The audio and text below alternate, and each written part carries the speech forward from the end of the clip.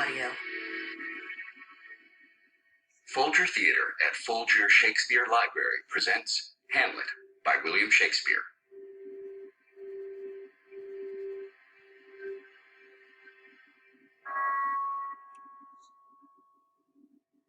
Who's there? Nay, answer me. Stand and unfold yourself. Long live the king! Bernardo?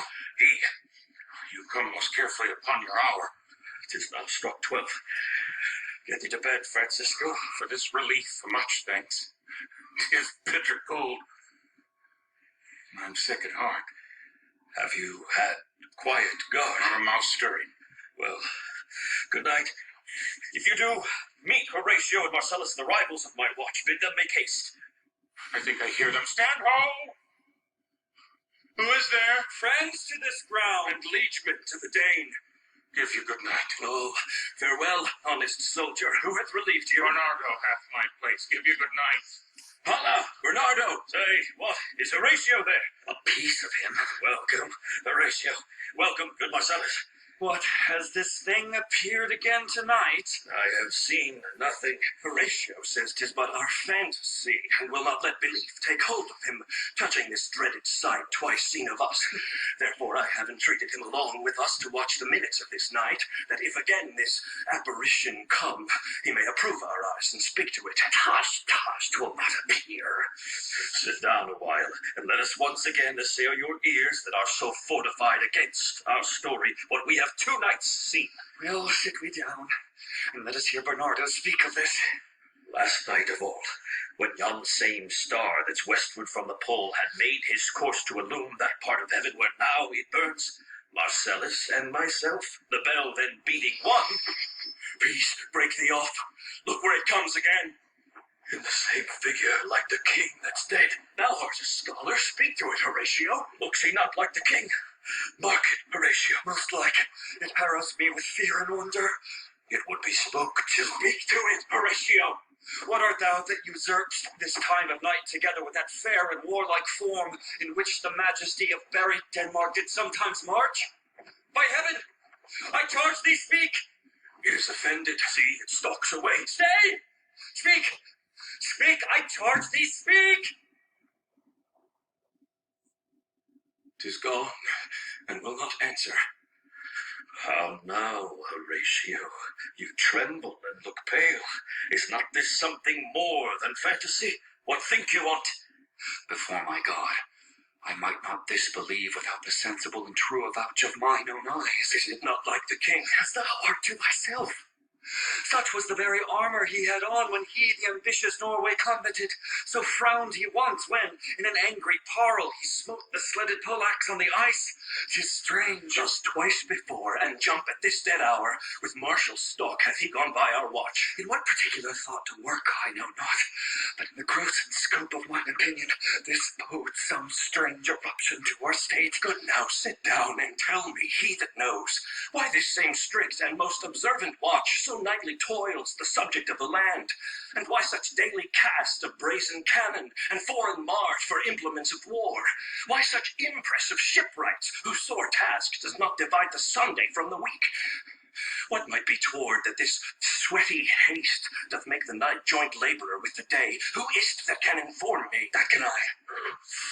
At least whisper goes so. Our last king, whose image even but now appeared to us, was, as you know, by Fortinbras of Norway, thereto pricked on by a most emulate pride, dared to the combat, in which our valiant Hamlet, for so this side of our known world esteemed him, did slay this Fortinbras, who by a sealed compact, well ratified by law and heraldry, did forfeit with his life all those his lands which he stood seized of to the conqueror. Against the which, a moiety competent was gauged by our king, which had returned to the inheritance of Fortinbras, had he been vanquisher, as by the same comart and carriage of the article designed, his fell to Hamlet. Now, sir, young Fortinbras, of unimproved metal, hot and full, hath in the skirts of Norway here and there sharked up a list of lawless resolutes for food and diet some enterprise that hath a stomach in't, which is no other, as it doth well appear unto our state, but to recover of us, by strong hand in terms compulsatory, those foresaid lands, so by his father lost. And this, I take it, is the main motive of our preparations, the source of this our watch, and the chief head of this post-haste and rummage in the land. I think it be no other but e'en so.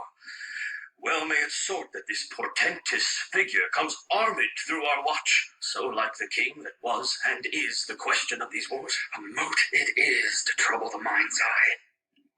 In the most high and palmy state of Rome, a little ere the mightiest Julius fell, the graves stood tenantless, and the sheeted dead did squeak and gibber in the Roman streets.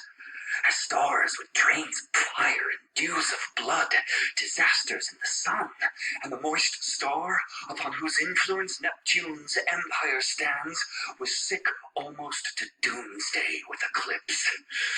And even the like precursor of feared events, as harbingers preceding still the fates, and prologue to the omen coming on, have heaven and earth together demonstrated unto our climatures and countrymen.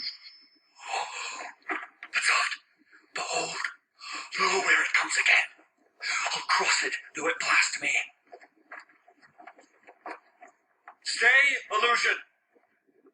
If thou hast any sound or use of voice, speak to me.